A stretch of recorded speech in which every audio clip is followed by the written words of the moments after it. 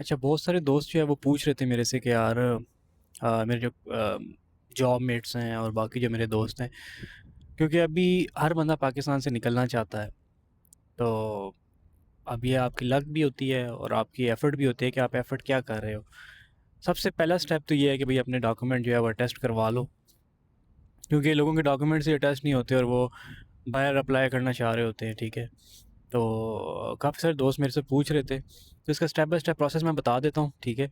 Short process, आसान अल्फाज के अंदर कि आपने जब बाहर के लिए अप्लाई करना है, तुर्की के लिए करना है, किसी और कंट्री के लिए, किसी भी कंट्री के लिए करना है, तो स्टार्टिंग प्रोसेस ये है कि भाई अपने डॉक्यूमेंट अटेस्ट करवा लो, ठीक है।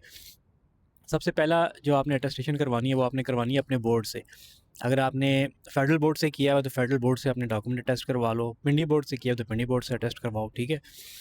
अब हम लोगों का ये है कि भाई हमने अगर किसी बोर्ड से पढ़ा भी हुआ है उसके बाद हमने उसको अटेस्ट भी करवाना है डॉक्यूमेंट्स को, ठीक है। उन्हीं की डिग्रियों को उन्हीं से अटेस्ट करवाना है और पैसे भी देने हैं, ठीक है।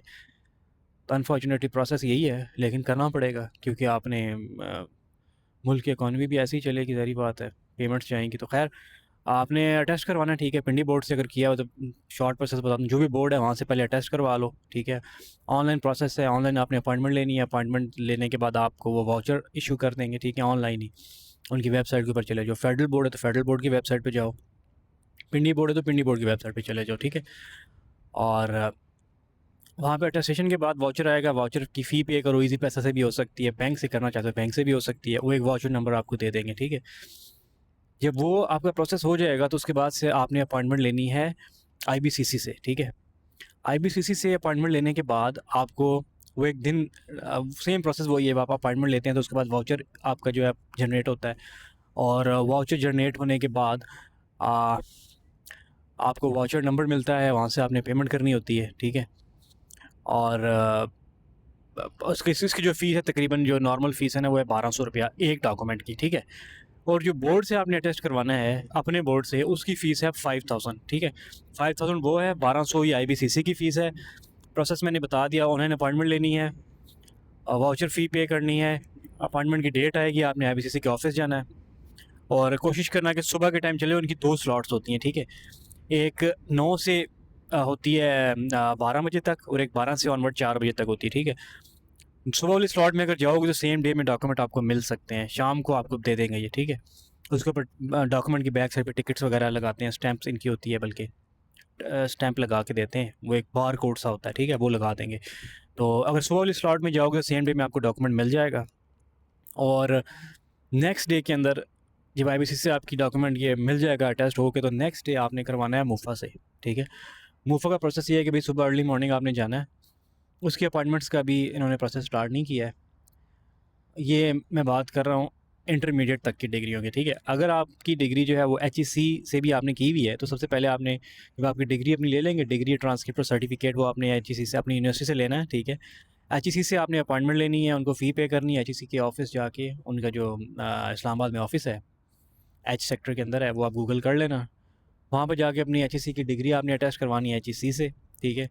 और एचईसी की डिग्री एचईसी से अटैच होने के बाद वो डायरेक्ट मूफा से आप अटैच करवा सकते हो, वो आईबीसी से आपने नहीं जाना। आईबीसी से जो डिग्रियाँ आपकी अटैच होती हैं वो आपकी अटैच होती हैं मैट्रिक की और इंटरमीडिएट की, ठीक है। बोर्ड की डिग्रियाँ आपकी आईबीसी से अटैच होती हैं। जो एचईसी है वो एचईसी से खाली होगी अटैच, और एचईसी के बाद आपने सारी डिग्रियाँ लेके जाना है मूफा। सुबह अर्ली मॉर्निंग आप जाओ, वहाँ से उनका एक जो ऑफिस है ना, ऑफिस के साथ एक छोटा सा बूथ बना होगा, वहाँ पे आपने टिकट ले लेना है, ठीक है। वो टिकट आपने डिग्रियों की बैक साइड पे चिपका देना है, ठीक है। उनको बता देना कि ये डिग्रियों के लिए मुझे टिकट चाहिए, इंटरमीडिएट की डिग्री है या मैट्रिक की है या एचईसी की है। उनको बता देना भैया ये मेरी डिग्री है और इनको मैंने जो है वो मुफ़ा से टेस्ट करवाना है, तो आप टिकट दे दो। वो आपसे लेंगे, हार्डली मुफ़ा के पैसे इतने ज़्यादा नहीं है, वो हार्डली आपका उसमें खर्चा आएगा तकरीबन 150 रुपया खर्चा आएगा, 150 या 200 या शायद 250 सारे टिकट्स का, ठीक है, डिग्रियों के जो टिकट्स हैं। तो वो आप लगा लो बैक साइड पे और वहाँ पे अंदर जाके आप ले लो टोकन। टोकन लेने के बाद आपका टोकन नंबर आएगा, तो वहाँ पे आप जमा करवा दो, ठीक है। अर्ली मॉर्निंग अगर आप गए तो 12-1 बजे तक आपको ये डिग्रियाँ अटेस्ट होके मिल जाती हैं, ठीक है। तो ये प्रोसेस हो गया आपकी मैट्रिक की, इंटरमीडिएट की और आपकी जो यूनिवर्सिटी की डिग्री है वो अटेस्टेशन का, ठीक है। सबसे पहले बोर्ड से, फिर आपने करवाना है आईबीसीसी से, फिर आपने करवाना है मूफा से, ठीक है। और एचईसी की डिग्री है तो एचईसी से भी अटेस्ट करवाने के बाद मूफा से ये अटेस्ट होगी, ठीक है। ये डिग्रियों का प्रोसेस हो गया। अच्छा, डिग्रियाँ आपने अटेस्ट करवा ली, उसके बाद जो है पासपोर्ट की बारी आती है। पासपोर्ट तो ऑब्वियसली आपका नहीं बना हुआ तो बनवा लो, अगर बना हुआ है तो अच्छी बात है, कोशिश करो 10 साल वाला बनवा लो, ठीक है? क्योंकि बार-बार रिन्यू करवाने का प्रोसेस जो है वो थोड़ा-सा डिफ़िकल्ट है। मोस्टली लोग क्या करते हैं, उसमें पेजेस बढ़ा लेते हैं पासपोर्ट के अंदर, ठीक है? पेजेस बढ़वाने का फ़ायदा नहीं है, आप उसका ड्यूरेशन इंक्रीज़ करो, ठीक है? पेजेस वो लोग भरवाते हैं जिन्होंने ट्रैवलिंग ज़्यादा करनी होती है, उनके वीज़ा पेस्ट होने होते हैं बार-बार पासपोर्ट के अंदर। तो 10 साल वाला पासपोर्ट बनवाओ, नॉर्मल उसमें बनवा लो अगर इतनी जल्दी नहीं है। अभी वैसे भी अभी जो है वो मार्च स्टार्ट हो गया, ठीक है? नेक्स्ट जो इंटेक स्टार्ट होगा यूनिवर्सिटीज़ का वो आएगा सितंबर इंटेक होगा, ठीक है? तकरीबन जून जुलाई में वो ओपन हो जाता है।